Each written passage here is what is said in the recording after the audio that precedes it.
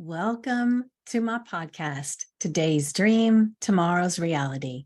And I just wanted to jump on here real quick and let you know that usually my guest episodes are all about someone's story.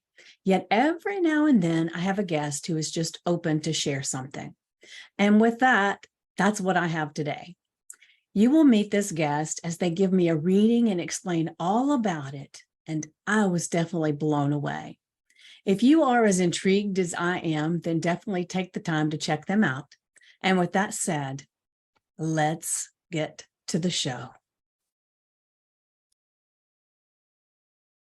Welcome to my podcast, Today's Dream, Tomorrow's Reality. My name is Vicki Poole. I'm a life coach, health coach, and a hypnotist at the Enlightened Peach.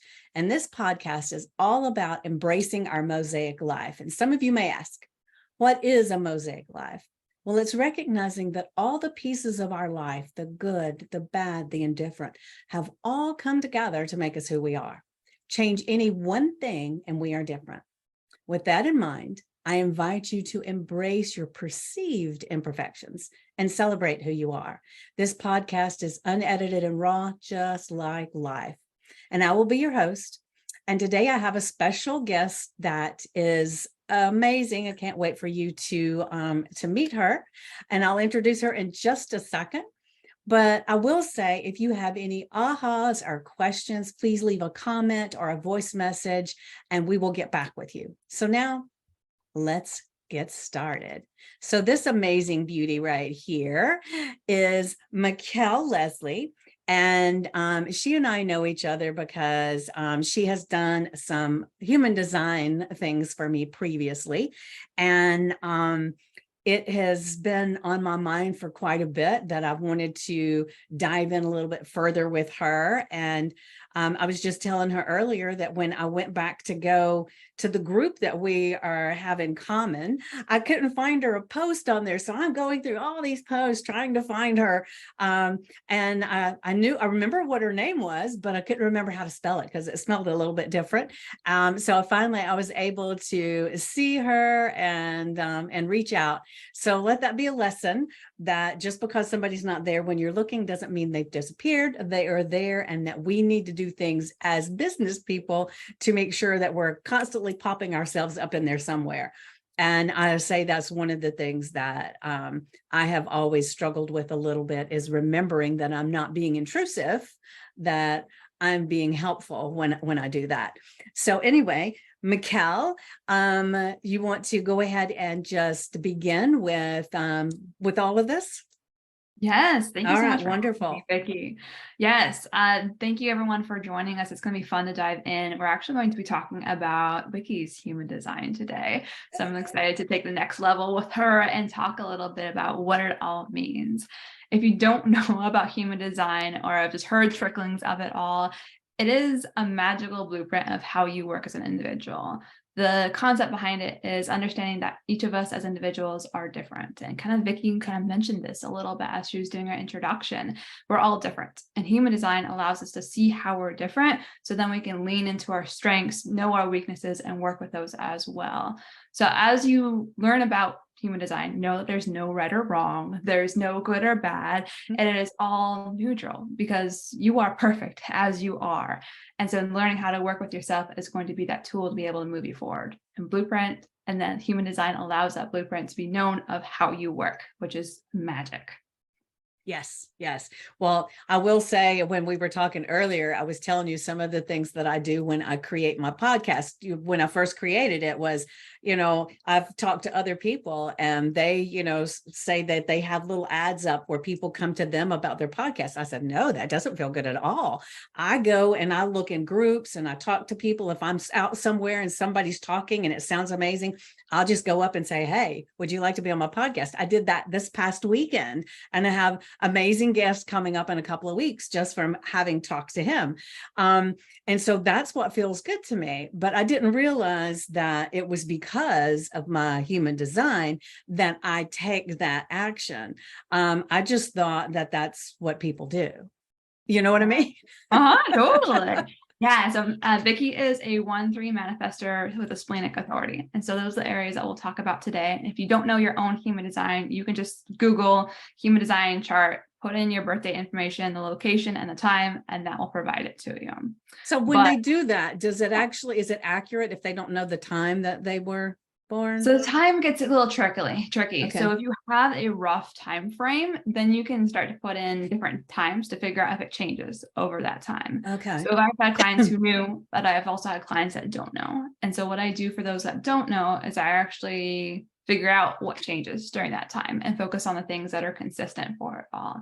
You can go to a astrologer and be able to find that specific time for you, but that's that's interesting. an option to find it too. Yeah. Okay. I didn't know that was possible either. So learn something new all the time, right? Yeah, exactly. And it was lovely to hear, Vicky, your story about that, of reaching out to people. And that is because you're a manifester, that you want to be able to have those connections. You need to see these people, see their story and be like, I want you on the podcast. And that's part of that for it all. But it's funny too, because there's different types of manifestors. Okay. Some manifestors actually need to wait for an invitation, similar to a projector.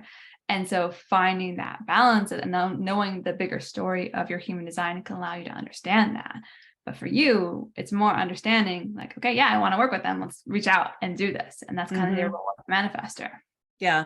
And I'll say, and this may be a manifestor trait too. I have this thing where when I get into like a group and, you know, that I have to bite my tongue to keep from being saying me, you know, and almost taking over. And so right now where I'm in another little group that we have like a pod of 5 people, right? And we're taking turn who is the leader, you know, and this week I'm the leader. So, I mean, I'm in there, I'm posting, I'm doing all these things, you know, and then I think about it because the one that led the time before, she didn't do all that. So I thought, okay, this must be a manifestor thing. Is that right? It is a bit, yes. So you Okay. have energy that kind of like, it's like almost leadership, but not quite, where you're kind of pushing everyone forward and progressing things. Yeah. And so that's one of the reasons why we make wonderful coaches, is that because we can see people where they're at and be like, okay, 1, 2, 3, like this is what you need to go. And it gives them energy to propel themselves forward. Yeah, because we're both manifestors, correct? Yes. So I'll break it down to, I'm a 1-3 emotional manifestor. So we have a pretty similar general. So you're what? Say that again. A 1-3 emotional manifestor. So my authority is emotional rather than splenic. So, okay, I don't know what splenic is. Yeah. Okay. All right. We're diving in. All right. Yeah. But coming back to the manifestor in the group, that totally makes sense, because you walk into a room, people notice your energy. They feel that with it all too. And it depends on your gates and some other things too, your authority. It's so many different factors to know when to speak up, to step into that role. But when it's designated, this is your time, yeah, you're going to step up and it's going to be amazing probably. Okay. So is that why I've always thought it was because I was an introvert extrovert, was what I always said. So there's times I want to just sit back and watch and listen. And then other times I want to be fully in charge. And I was telling my sister one day that, you know, I've spent a lot of time trying to almost diminish myself. And so this one experience I had, I'll just share this real quick because it has nothing, it may not have anything to do with this, I don't know. But I went on this spiritual retreat, and when I got there, I didn't know a soul, right? And so I was really excited, and I'm going through and I'm meeting people and everything. And we were in Sedona. And so one morning we were going on a hike, and we'd been there for a few days at this point. So I'm in a car with like 3 or 4 other people. I think it was 3 other people. And the facilitator of the group was coming from car to car and telling us where to make sure our directions were good so we could all get to the same place. And as she's walking through, she's got this little thing around her to keep her warm because it was quite chilly, and she's just moving, and it's her, she flows and all this stuff. And I said, oh my God, I would give anything to be like Patty. She's just amazing. And everybody laughed at me. And I said, what are you laughing at? And they said, that is you. I said, what do you mean? And they said, you act just like that when you're doing things. And so I realized that I was being myself there because there wasn't a soul there that knew me, so nobody could judge. And that was very eye-opening to me, that a lot of times I'm because there are people who, and this may be a manifestor thing too, I do not know, there are people who think that I'm very reserved, or I've even been called a prude at one point. So far from not being a prude, but anyway, and so it's like, am I, because of my human design, am I holding back a lot of things for certain, you know what I'm asking? Yeah, I think it comes back to, like, as summaries with it, is the introvert and extrovert side of things. Okay. And because of you have the manifestor, but the 1-3 is all about your own personal journey. So it's not externally facing. And so it's a funny combination with the manifestor and the 1-3, because manifestor is like external, like kind of powerhouse energy. And on the other side, it's like all about you and your own personal journey with it all. So it has this balance of being out there, of doing that, and people seeing you for that. But then also you wanting some alone time and working on yourself and figuring out what you want to do in your life, rather than seeing and thinking about the bigger picture, like this bigger picture in a way of like seeing general trends and everything. But you're also probably really focused on your own personal journey too. Yeah, that just makes me feel so much better. I'm telling you, because it's like sometimes I feel like I should be pushing myself for something, because, you know, I have these goals that I want to reach. And then there's sometimes that I want to just walk away from them and say, okay, I don't want to do this right now. I want to do this. And so that kind of feels like that's part of my design, right? Yes. Yeah. So Okay. manifestors specifically too, hopping from one thing to another is very big. The consistent energy is not present because you don't have a signal center defined. So that's the manifesting generators. That's the generators that can keep on doing the same thing more and more each day. But as manifestors, you're probably very similar to me, where you have a project, you have a goal, and you're like, do it solidly for a little bit. And then you're like, next shiny thing. Let's work on that. Squirrel. Exactly. Yeah. I have had to put the reins on me lately, because it's like I sign up for so many things all the time because I'm so intrigued. Oh, that sounds good. And then I end up like right now, I've got 3 things going at the same time, but I don't want to walk away from them because I committed when I signed up, you know? And so it's like, it's kind of pulling me in a lot of different ways. And part of me wants to let one of them go, but it's like, but I signed up. I've got to finish. Yeah. Why do you feel like you got to finish? Because I signed up. Maybe it makes them think I'm a flake or something if I bow out. I don't know. Yeah. That might be interesting to dive into a little bit more, because as a manifestor, you don't have the consistent energy. And so knowing that for yourself, signing up for longer term programs, year long, 9 months, 6 months, might even be pushing it too. Those are going to be harder for you to manage, to keep that interest, to learn and to grow and to do it in ways that feel good to you. So shorter containers are actually better for you to be able to get in and then kind of step out and be able to use what you want from it. Use that 3 line of the trial and error to figure out what you want to take and what you want to leave behind with it all too. Okay, that makes sense. Yeah. This is already making so much more sense. Right. Yeah. And you mentioned that splenic side too. So I think this might be a good time to talk about that too, the splenic authority. So the splenic authority is based all on fear and protection for you. And it's a bodily sense of what's right for you and what's wrong. And so you even saying like, I don't kind of want to leave this program, just want to be done with it. Checking in with your body to see how your body feels can be super helpful for this.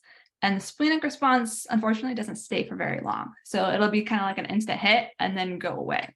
And so explain that, because I don't understand what that means. Yeah. I'll ask you a question. Do you want to stay in that program? Well, I'm getting benefit from it. So okay, I'm gonna pause you though, because I want you to check in with your body. How does your body feel with it?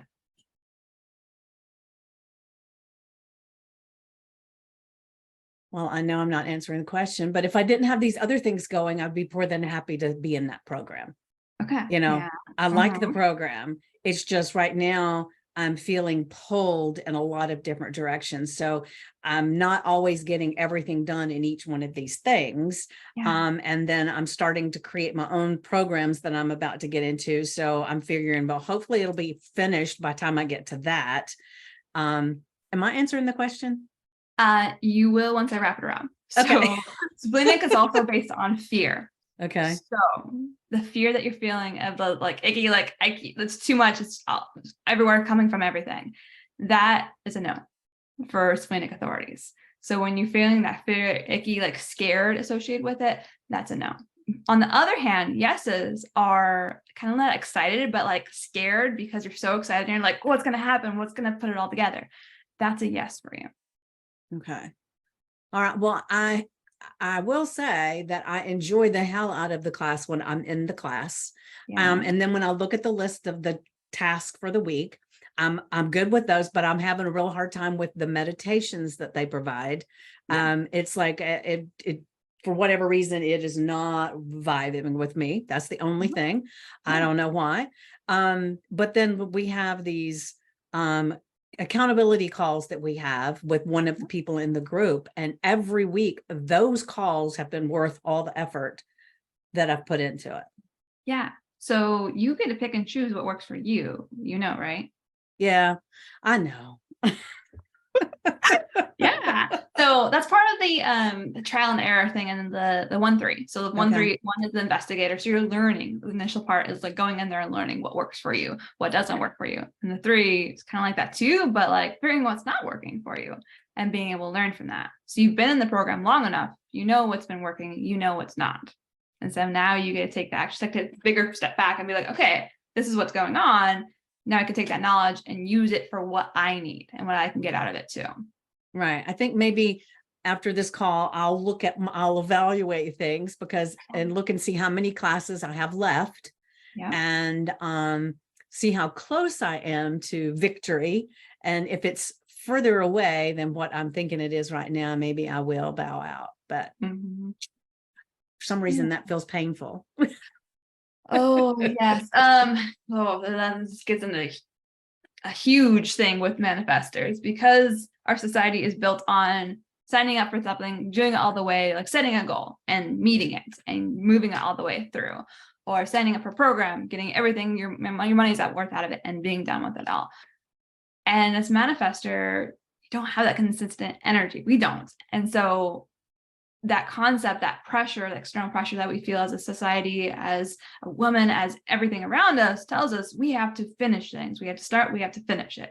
But as manifestors, we're not built for that. And so we find so much resistance as we go through it.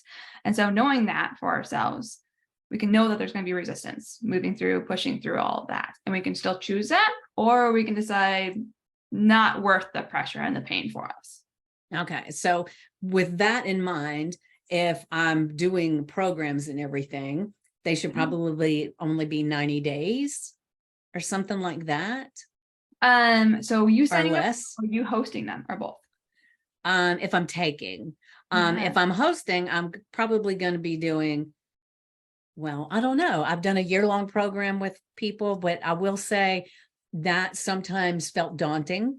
Yeah. And then I've done 6 months, and I've done 3 months, and I've done like a month. Yep. So are you saying that if I'm facilitating, that I should keep it into the shorter end as well? You can, but the bigger thing is allowing flexibility for yourself. So if you get 3 months in and you're like, we're going to pivot, and we're going to pivot all the way over here, and who's on board, let's go. And who's not, go ahead and drop off.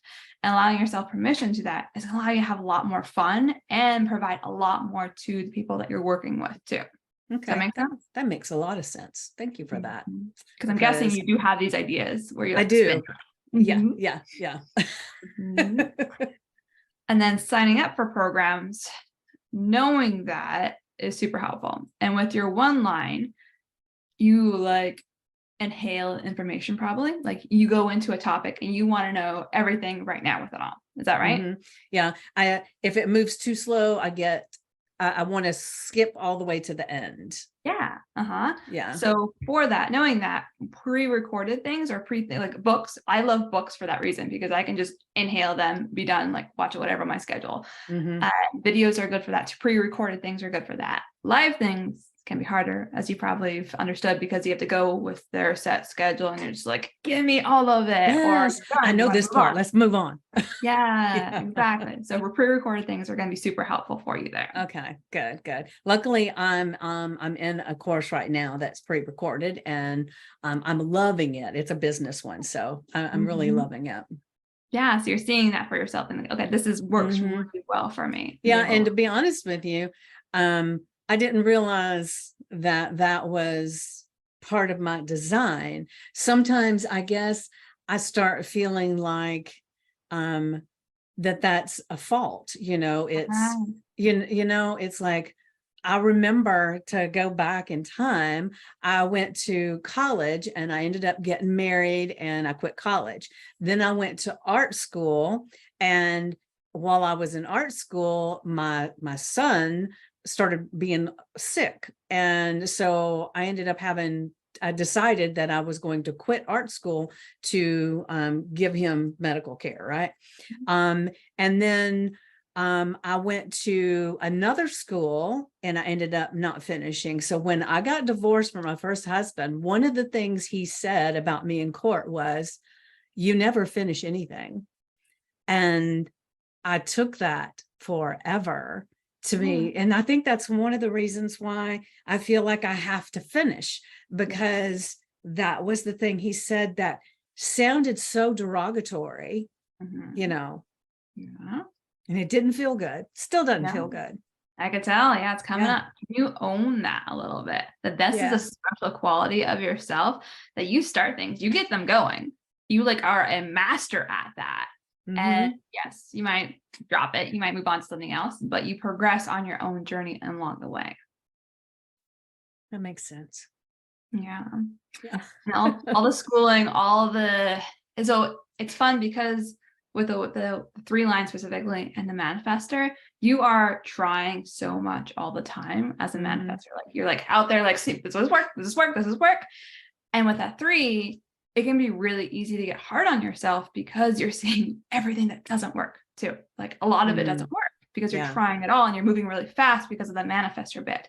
And so know that's going on, and providing self-compassion and grace as you're going through that is going to go a long way, so that you keep on going and keep on doing the things that really light you up and get you excited.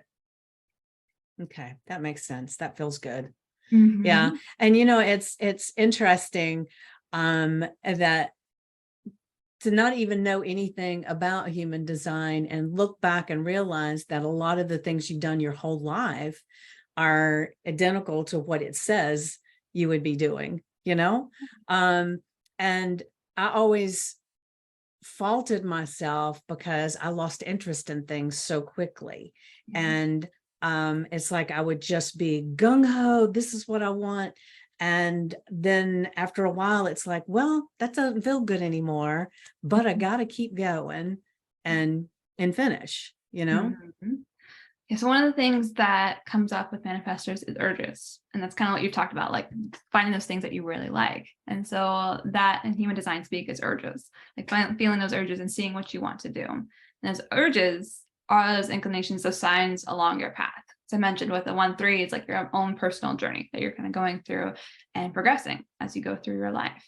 And so with that, those urges help to guide you on that personal journey. And yes, it might be knowing that you can't like finish something. You're just like, oh my goodness, like, why can't I just get this done? Like, just let me do this.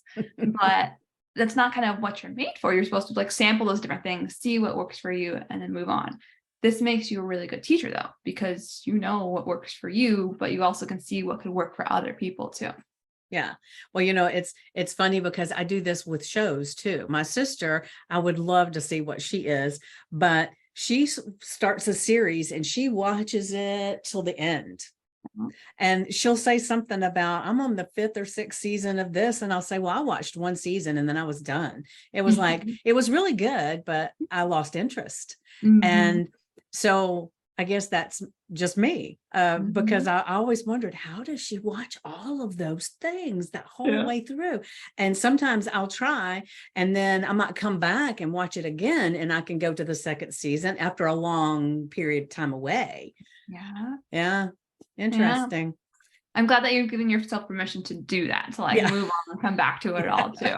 I recently done that for myself with books because I like finished a book all the way, but I have so many halfway done books, and they're marked where I finished, and then every now and then I'll pick it up and say, okay, I'll go ahead and keep reading a little bit more. But it's like it almost feels like there's all this information that you can absorb. And then when you start reading it, you're absorbing everything, even if you haven't read it. That's kind of how it feels to me. And so it feels like, well, I'm finished absorbing this right now. I'll put this over here, and then I'll get this one. And one of the things that I do all the time that I think, oh, why do you do that? Anybody mentions a book or something to me, it's like, oh, I got to check that out. And I'll look it up. And if it sounds really good, I'll order it. Even though I've got a dozen books over there that I have not opened yet, I've got 2 stacks in my bedroom right now of books that are to get to. And it's like, why do I keep doing this? But yeah. Yeah, it's interesting with that explaining, because you have this excited side of things that you kind of will purchase those things, and then they might sit for a little bit. And I'm guessing at some points you'll see it and be like, oh, that seems like a good time for it. There'll come different times in your life where you're like, oh yeah, this is the right time for it. I'll come back to it. What tends to happen is I'll be on a call and somebody will mention a book, and I think that sounds familiar. And I'll find it on my shelf. Well, I own that one. I'll go ahead and read it. Right. There you go. You already have it. Next step for yourself. Yeah. I do that a lot. Love it. So with the manifestor side, we haven't talked yet about the informing situation with it all and what that can look like.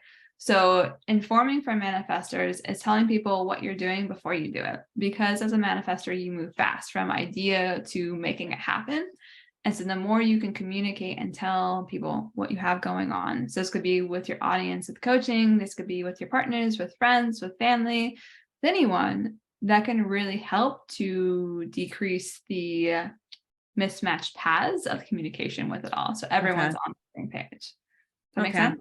That makes sense. And like I had mentioned to you that I'm working on a course right now, and I've got all my sticky notes. And that's one of the things that I have the hardest time doing is filling in the gaps. I can say, this is what we're going to do. This is what we're going to do. This is what we're going to do.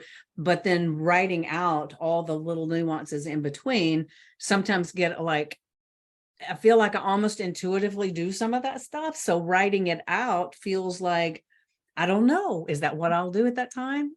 That's kind of where I get. Yes. Okay, cool. That is amazing. And if you tell your audience, that whoever's in the class or program with you, that this is how you work, that will help them to understand. Like, okay, I don't have to know all the details. They're just going to be filled in, and these are the general topics, and then we'll go from there. Okay.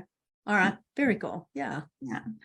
I find this a lot, so with the informing bit of it. So if you're not informing a lot, what you're going to face is anger. And this anger can look like typical anger of like, all the different things, or withdrawal and sadness.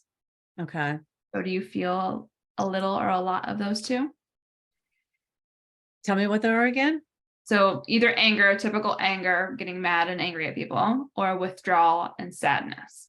I don't tend to get angry very often, but I do kind of withdraw a little bit. It's like, I just kind of step away. Yeah. Okay.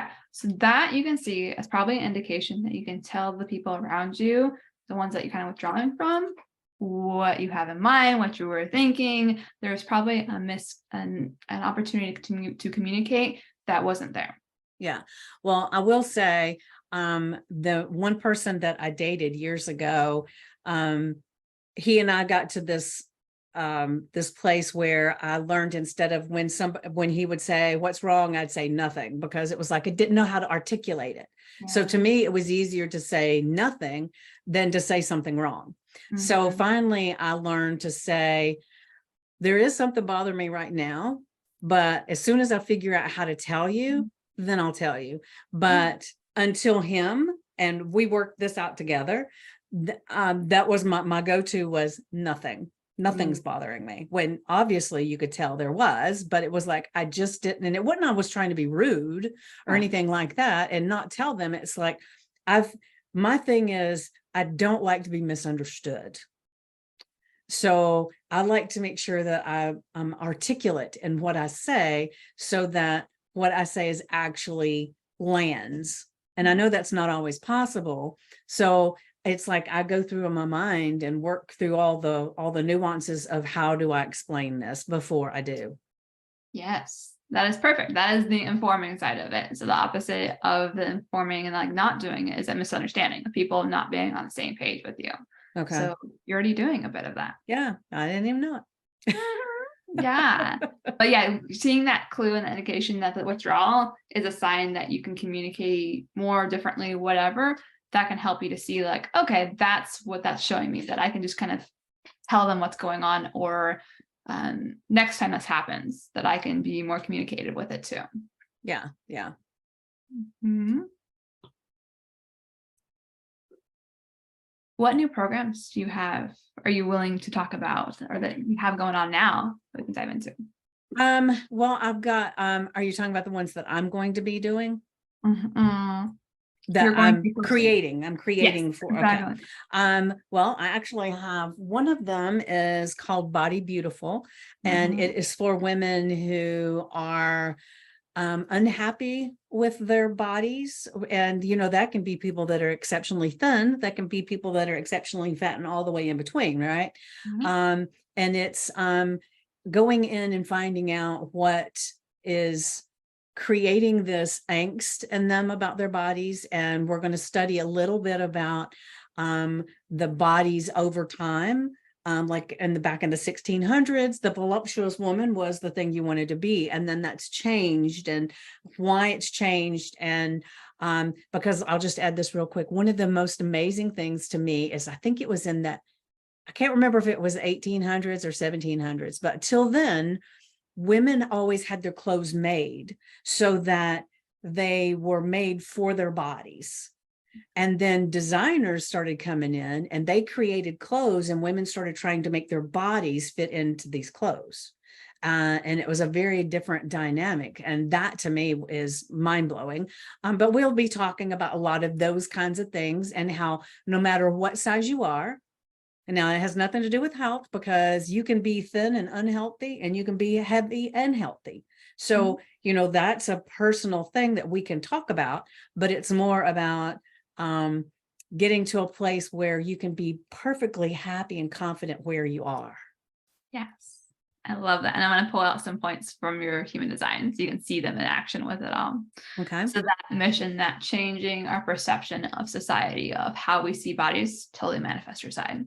So nice work there. And then the history of the bodies, you got really excited about that. And that is your one line coming through, because that's all the knowledge that you've had and saved for it all, that you then be able to share with everyone else too. All right. Very good. And do you want to hear about another one? I think going into how you're structuring it might be helpful and insightful. Okay. All right. That sounds good. So, what do you want to know? Yeah. So weekly calls, trainings, on demand. What are you gonna do? Well, I'm still on the fence a little bit about that. Part of me wants to do one-on-one calls, and part of me wants to do just a group call, and have meetings like once a week with some interaction during the week, like in a group or on a call, that kind of thing. Okay. So playing with the group and the one-on-one. What do you like better? Well, I've done a lot of one-on-ones. I haven't done as much groups. So I really want to experience the group setting, because I've enjoyed some of the group things that I've been in, because, you can kind of connect with these other people and you get the energy of them, and everybody can talk about how things are going with them. As long as it's an active group, I enjoy that. So I thought that might be fun to be interacting with more than one person, and maybe do a one-on-one call occasionally with each person, depending on how big the group is.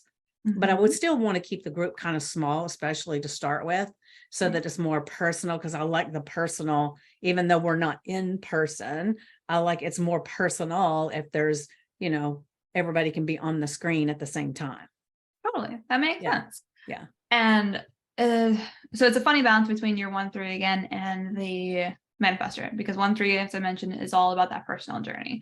And so that's kind of pushes more towards one-on-one and like sharing your experience and what you've gone through. And so if you want to, if you're comfortable with it, share your own journey, share your own experiences with it all, because that's really going to help other people too, especially with that 3-line, because you tried so many different things. And then the manifestor side, like that kind of tends oftentimes to more group things. And so I love that balance of playing around with both of them to see what kind of things that you like with it all too. And small groups, as you mentioned, are probably going to be more helpful because of the 1-3, that personal journey. So bigger groups, it can work, but it's probably going to drain your energy a little bit more. Yeah. Well, I can say I've gone to gatherings before, whether they're at a church or whether they're, whatever they may be. And if it's a huge crowd, I feel lost. Yeah. I feel no connection at all. And so I always look to find the little group in the big group that I can connect with. Exactly. Yeah. Well, I'm excited about this. Body Beautiful program, because yes, it's needed. Yes, people. Yes. And your experience with it all and your knowledge of it all is going to go a long way for the people that you'll help too. Yeah. And it's funny, and this may be, it's probably part of my design too, that I don't even know anything about, but I started off this journey as a health coach. And I like being a health coach, but I don't like to promote weight loss. Yeah. Because I get people that want to lose weight for an event. They want like a quick fix for something, not the long-term thing. And then my weight has been something that I've worked on my entire life. I mean, at one point I was 75 pounds overweight, and I had, a really tough time with getting my weight down, and it was going back up and going down and going back up. It was that yo-yo thing. And so I'm definitely not perfect now. I've probably got about 15 more pounds on me than I would really like right now. But it's like saying, that's okay. As long as I'm healthy and all, if I move myself more, then it'll probably just naturally come off, and I'm not going to stress over it. And, and it's, that's why it's the Body Beautiful and not let's get fit kind of thing. Yeah. Yeah. It's such a, there's a lot in there for sure. Yeah. Some other things I want to touch on with all this, the manifestor side is, it's funny because I mentioned like sharing your story, sharing your journey with it all is super helpful. But as a manifestor, it can be hard for others to really know you. And it's very funny because I see you on social media, I see you out in the world, even on this podcast, like you share your journey, your experience, but knowing you on a personal level, there's this almost wall in a way that can be put up as a manifestor, kind of protecting yourself, especially with the 1-3 with it all too. So it's funny because you're out there, you're expressing things, you're doing things, but people really knowing who you are at the core can be hard. What are your thoughts on that? Well, I know there are times that I want to act a certain way and I don't.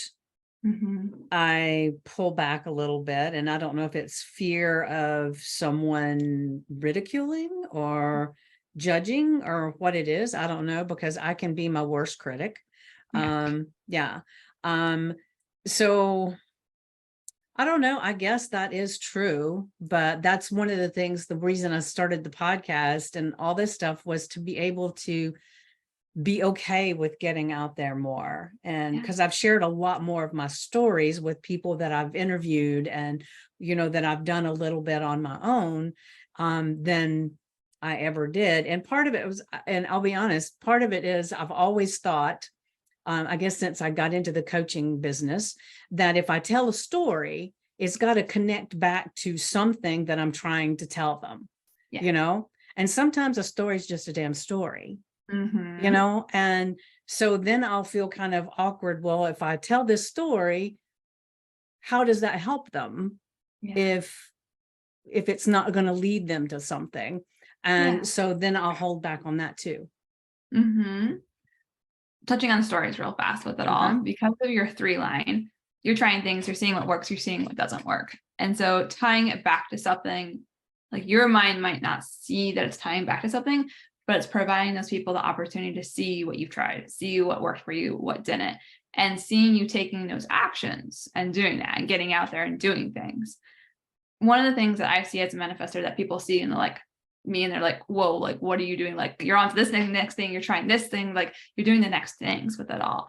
And that can be a real motivator for other people to see like, oh, she's doing all these things, and like how you're doing it can be really helpful for other people too. So yes, share the stories. They're helpful. Okay. And I hear from almost everybody I know, it's like, you stay too busy. You do too Mhm. much. Do you ever relax? Well, yeah, I do, you Mhm. know? Um, but sometimes I feel guilty if I sit down and take too much time, Yeah. because I feel like I'm supposed to be doing these things because I've got this book that I'm wanting to read. I've got this that I'm wanting to do. And if I just sit down and do nothing, then it's like almost like I'm failing on getting these things accomplished. Totally. Yeah, that is our capitalist society, our generator, manifesting generator world coming into effect and screwing all of us reflectors, projectors, and manifestors to the core, because Yeah. that's not how we work. Yeah. Yes. Relaxing, taking a break, doing things your way, figuring out what that energy is that you can output is huge. And it might be cyclical. It might come up with different things that you're doing. It might be around travel. Understanding how you work and the rest that you need will go a long way so that you do have those spurts of energy. Because as a manifester, it's not like this constant like do, do, do, do, do. It is boo, boo, boo, boo. It is Yeah. like the energy like goes and then it's gone. Yeah. And so giving yourself permission to do that will allow you to feel those goes and bursts a lot more. Okay, that makes sense. I mean, my daughter is one of the people that when she wakes up in the morning, you don't even talk to her. It's like you Mhm. don't talk to her, and it takes a while for her to get to the place where you can say good morning, and she'll say good morning. Yeah. Other times she'll look at you and go, And me, I wake up and I'm raring to go from the Mhm. moment I get up, and Yeah. then I'm doing things. So it's a foreign thing to me to not be just, you know. In the morning. Yeah, we're all different in that way. And like hmm accepting yourself for that, but then also giving them permission to do it their own way too can go a long Yes. way. Yes. I've learned. Mhm. All right. Yes. Because relaxation with projectors, manifestors, and reflectors are so big. Let's dive into that a little bit Okay. more. So you mentioned like that time for relax for you. Like it's hard because you have so much on your mind that you could be doing or you feel like you should be doing. Do you oftentimes, at least for me and some of the people that I work with, it's like you have this energy, it starts to dip and then it's like gone. Is that similar to you? Um, I guess so. Um, I think I sometimes I just push through that because, Yeah. I have a day job, and then I'm Mhm. doing all my coaching and stuff in the time that's not there. Yeah. And so sometimes I'm not in bed till midnight, and then I get up thinking, well, I got to go do this. And um so I think that probably is accurate, but I just keep going Yeah. because I have an agenda. Right. Yeah. Yes. It might be fun and interesting to play around with if you threw your agenda out the window for a couple hours, a day, maybe a weekend, maybe. What happens? and how you can lean into those urges of being like, oh, I want to pick up this book. Oh, I got this new idea for a program. Like all these different things will probably come up for you because there's no time and space for them to come up. Yeah. Yeah. Well, I do get a lot of ideas when I go for walks. Yeah. Yeah. Mhm. Yeah. And I will say, I was talking to my business coach the other day, and we were doing a messaging, and I asked him a question. He said, well, I'll answer really quick because it's almost 5 p.m. and that's when I cut off. I Yeah. thought, what? You can cut off at 5 p.m.? I said, Mhm. well, maybe one day I Yeah. can do that. But right now that feels like so foreign. I don't know what I would do with my time, kind of thing. Uh-huh. Do you have hobbies outside of work and your business? I do, but I don't do them that often because I do the work. But one of my hobbies that I love is the podcasting, Yeah. right? It's Mhm. like if I never made a dime from podcasting, I would continue to do it. That's how I feel right now. Mm. Um, but I do art. Um, Mhm. I like going for walks, just sitting and drawing, but I don't do it that often. And like I said, I can be my own worst critic. And with my art, I got to a place a few years ago where I started seeing all these amazing things that some people were doing, and I got overly self-critical and didn't do it at all. But I have pulled it back out and done a little bit, but not much. It's set up Mhm. downstairs so that I just Yeah. don't. Right. Mhm. Yeah, that self-critical bit can come up quite a bit with a 3-line because you're trying everything, you're seeing everyone around you, and especially with social media, like how much stuff is coming your way, how much you're intaking rather than creating yourself. And one of the things that I love to do with 3-lines, especially for myself, is to see what's working, what's not, and what are some things that you can change. Okay. And those 3 questions can go a long way to be able to see what's actually working, first of all, and what is opportunities for shifting and changing. Working Because, in what way? let's see here. What did I do yesterday? I did one yesterday. Because see, it feels like all of it's working. Yeah. You know what I Okay. mean? Yeah. It's all working. Okay. Yeah, So but what? I'm still not taking time for doing art, Yeah. or I'm not, and I can say in the past week, I haven't even been walking because I went on for a very, very long walk than I Yeah. should have walked. And when I came back, I didn't stretch. And so Okay. then I was having a problem with my hip. So it was like, okay, I'm going to not do the walk. So I haven't walked in about a week. My hip's Uh-huh. feeling better. So my goal is to go tomorrow. Yeah. But I still tend to be focused on getting these things done, the Yes. the program. And like as I'm creating this program, I'm watching another thing to try to decide if I'm formulating it right. And um, you know, Yeah. Okay. So sounds like what you're saying is you don't have a lot of time for some of your hobbies that you're doing, but you're getting your program together. You have this focus, you have this energy to do so. Is that yeah, right? yeah. Okay. That's totally fine. We Oh, have like phases in our life where we're more focused on like yeah, work and some side projects or one thing or another. And other times we're like, yeah, I'm just gonna lay on the beach and do absolutely nothing. And that's totally okay. yeah. It's been forever since I've let myself do that. Um, but I Mhm. wanted to share with you one of the things that I tell my clients all the time when you're mentioning the time thing, sorry, is that time is an illusion, right? And so I started telling my clients, the ones who I knew wouldn't get offended with the statement, but I would say, remember, time is your bitch. Mhm. And so I had my daughter create these stickers for me. Yeah. Nice. Uh-huh. Yeah. So I have one on my car, I have one on my laptop. I have a little store that they are in for anybody that wants to buy any. And then my Mhm. clients, I'll give them some. And but that is I know that. And then there's times I still say, I don't have time for that. Right. Yes, our mind plays wonderful tricks on us, and Yes, yes. talking about that always brings it up, and then like, oh yeah, I do say that, and I can't come back to that, and that's That's okay. right. Yes. Hmm. Okay, we've kind of covered in life and what's going on, the manifestor, the 1-3, the splenic. Do you have questions on those right now? I don't think so. Mm-hmm. How do you feel about, let's check in with them one-on-one with the manifestor bit. How do you feel about you being a manifestor? Oh, I'm good with that because I can definitely see that in me that I didn't understand before.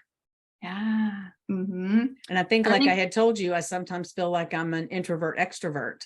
yeah. And I always thought that that was what it was, but realizing it is the different parts of my human design makes it seem, I don't know, so much better. I don't know what that is. Right. Yeah. Understanding it on the level of actually what's going on and what's creating these behaviors and habits that you have for yourself and how you work well is really like allows you to own who you are Yeah, it rather than be almost gives you questioning. permission to that, I'm not Mm-hmm. really an introvert. I'm just, what did you say it was? Is it the 3 or the 1 or something? 1-3. Yeah. The 1-3. Mm-hmm. That it's just my 1-3 coming out, and that's okay. Mm-hmm. Yeah. Yeah. Right. Yeah. Totally okay. Okay. Talking about the 1-3, how are you Okay. feeling about that? I'm feeling good. I really Mm-hmm. am. Makes a Yeah. lot of sense. So I can recognize the things that are in my environment that I've created. A lot of it comes from that. Mm-hmm. Right. And breaking that down a little bit further for you. So as I mentioned, the 1 is investigator of like learning and taking information. The 3 is a trial and error.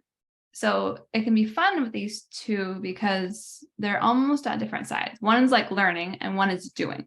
Mm-hmm. And sometimes you can come into a situation where you're learning and not ready to do. And so Right. sometimes you'll need to push yourself to do, or you might be doing, and like wondering why results aren't coming and you have to go back to learning. So if you find yourself leaning one way or the other, using the other side can be helpful too. Okay. That makes sense. Yeah. Mm-hmm. And the learning too can come in the form of bringing on podcast guests too and having Okay. them bring information too. And this can also be helpful for like learning about your programs of how you want to structure them or other things too. So bringing on business coaches or people who've done similar programs could be helpful too. Okay. That's a good idea. Thank you for that. Mhm. You're welcome. And the last little bit is the splenic. How are you feeling about the splenic authority? I don't know how I'm feeling about that one. You Okay. know? Yeah. Talk about that a little bit more. The authority is funny because we're told throughout our whole lives, like to make decisions, make, all the positives, all the negatives, and see it and see which decision you want to make. But human design teaches a different way where it's based on your authority and how you go about your life. And so kind of pulling back again, the splenic is based off of safety for your body, for who you are. And so the yeses and nos will show up either as excited and maybe a little bit fearful of that excitement of like, what could happen? What could you do? Maybe afraid of the success that you could have. And the no's come through as being scared. Like, I don't want to do this. There's no way. There's too much with it all, too much external pressure. You Yeah. mentioned the example of the program. So there's other things in there too. Yeah. Yeah. Mm-hmm. I understand it. Yeah. Yeah, it's something that has to be played with. So Yeah. my emotional authority, I've had to play with that one a lot because it's not instantaneous. I don't know in the moment. And so you have to like play over time with it too. The Okay. splenic is nice in one way because instantaneously you can know. And so what you can do to play with this is to see what happens when you listen to that and see what happens when you go opposing to it and then how you feel on the other side. Okay. Right. That makes sense. Do you have some open decisions now? Well, other than that program, I think that's all because well, like I said, I've got 2 programs and both of them are free programs. So it's not like I paid to get into them or anything. So I'm not losing any but I also have in me the fear of missing out. Yeah. So it's, well, if I don't finish this program, what kind of amazing things would have come at the end that I would have missed out on? I kind of get Right. that feel too. Uh-huh. And one of them that I signed up for it a long time ago. And so I didn't even know, they sent me an email that I'd been approved for this program. And it was like, holy shit, it's at the same time that this other one's going on, but I can do this. And so I tend to get too involved in those things. But I will say, I have, even when I've been getting emails in the last week of all these amazing programs that are available, do this workshop, do this, and it just sounds amazing, I've been saying no and walking away because I've got too much going on. And so my goal is, I think, my goal is to finish these two programs. One of them is only, I think only has 3 classes left, and the other one might have 5. I don't even remember. But once those are finished, to just focus on my coaching and my podcast and feeling like I know enough that I don't have to do that. Yes. That is that balance between the 1 and the 3 line that we just talked about, of like Okay. doing all this learning and then doing all this doing to be able to put it into action too. Yeah. Because I will say a lot of times I end up learning, and then I feel like, well, I still don't know enough. And then I go to learn some more. That's why I have 5 certifications in hypnosis, So knowing that's a natural tendency for yourself, you can be Yeah. like, okay, like my natural tendency is to learn more. So is this do I really need to do it instead of doing? Let's do some doing now. Yeah. And you won't know what you're missing until you start, because of that trial and error process. Actually starting whatever it is and getting that feedback of what you need can be super helpful. So it's kind of this back and forth of learning, then trying, then learning, then trying, learning, trying, back and forth is probably the best way to do it if you can. Okay. So with knowing me and my human design and everything, is there something in particular that you could tell me that would be helpful as I'm going forward? We've talked about a lot of Yeah. the like things.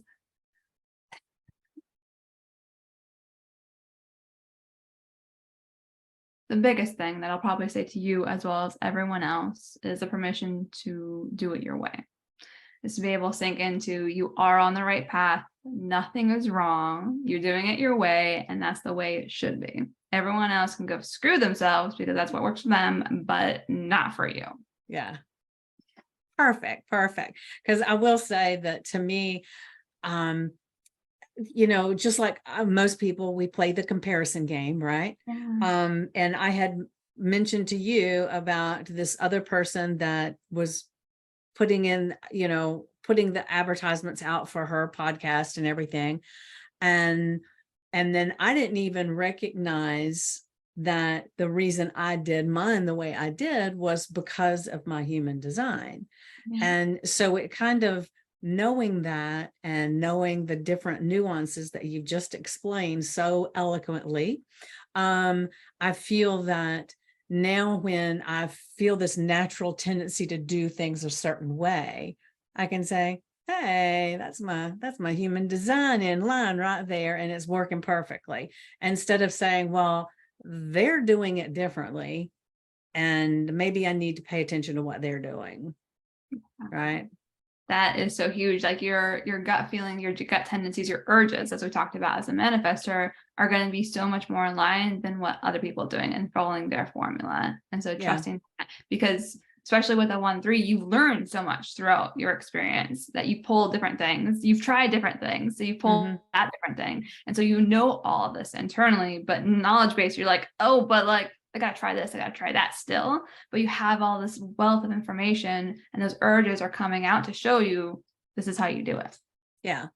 One of the things that I have found, whether I'm doing a podcast or I'm coaching or whatever, I can pull these bits of knowledge from all kinds of places. I may not even remember where they came from.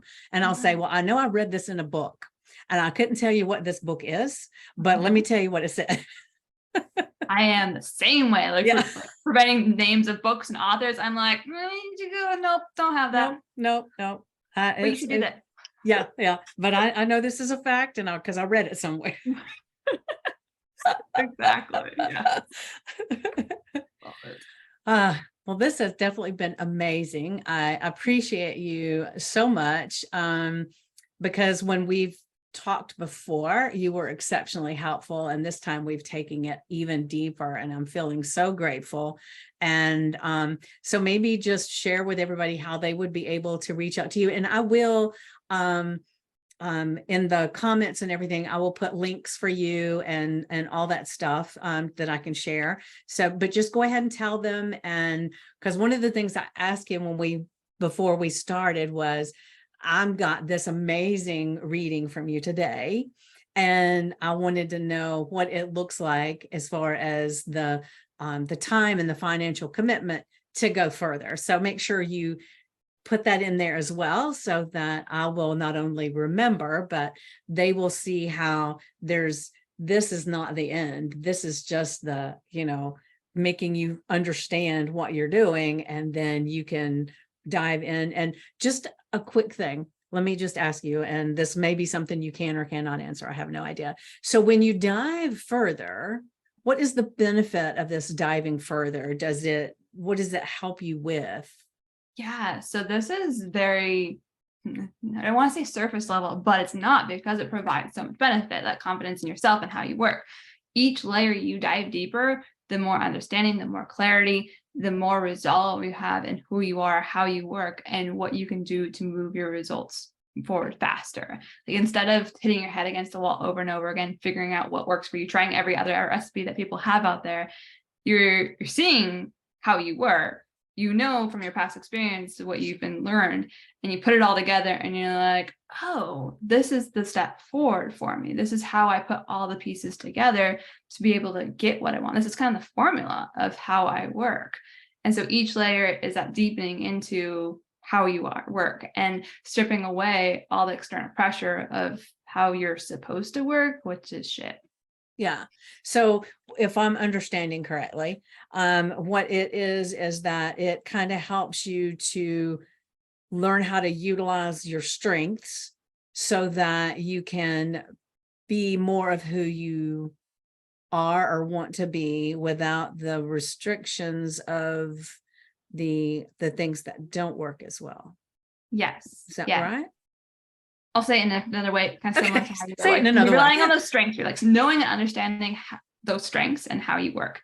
What that builds is confidence in your programs, in your offerings, in your business, in your family, in your relationships, where you can go up to someone, have a conversation, and walk away being like, yeah, I got this. I know what I'm doing, and do that with everyone. That kind of is what human design can allow you, and seeing where those weaknesses are within yourself and what those natural tendencies are. Like you mentioned, like learning a lot and seeing like, oh yeah, that's a natural tendency for me. This is where it comes from, and this is what I can do to combat it. That resolve on the other side of like, oh, this is what's going on. What can I do to help myself come to the other side too? Okay. Cool. Mm-hmm. Very cool. All yes. right. Yes. So coming back to offer how you can work with me deeper. Yes. Yes, I would love to dive into anyone and everyone's human design, because it's fun. It's exciting. It teaches you how you work on that deeper level.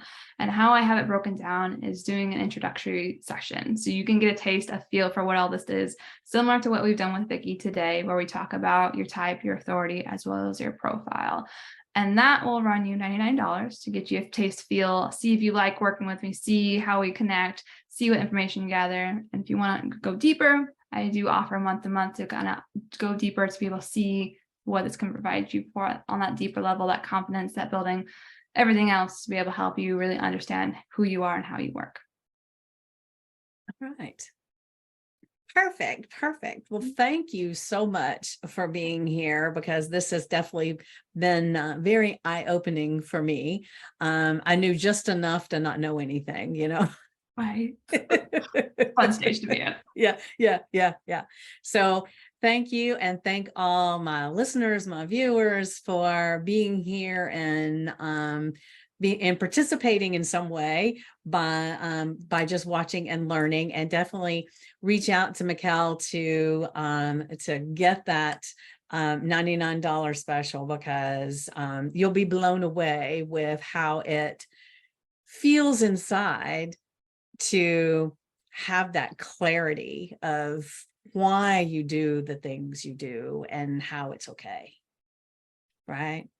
I think that's the big thing for me. It's like when you know it's not just because you're lazy over here or you're, you know, you're a workaholic or whatever your thing that people tell you is, that it's not that. It's that it's your human design and the way your body and your mind and your soul are made. Yeah. Yeah. Thanks so much for having me, Vicki. Well, thank you. And for just a reminder for everybody to like, share, do all the diddly things that you do on the podcast. And then I'll be sharing this on my YouTube as well. So YouTubers, make sure that you like and subscribe and share and everything. And any questions that anybody has, make sure you put something in the comments. And then we will both be able to go back and look at those and hopefully give you some insights and answers. All right. Thank you.